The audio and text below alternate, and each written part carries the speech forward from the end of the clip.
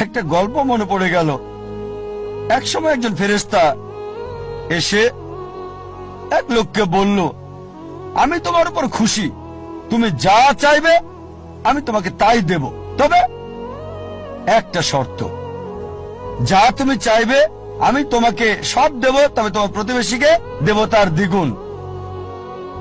লোকটা বলল, একটা রোলেক্স ঘড়ি আমার চাই। ফেরেশতা তাকে রোলেক্স ঘড়ি দিয়ে দিল। প্রতিবেশী দুটো রোলেক্স ঘড়ি পেল। লোকটি বলল, একটা মার্সিডিজ গাড়ি আমার চাই। ফেরেশতা তাকে মার্সিডিজ গাড়ি দিল। প্রতিবেশীকে দুটো মার্সিডিজ দিল। লোকটি বলল, একটা সুন্দর বড় বাংলো চাই।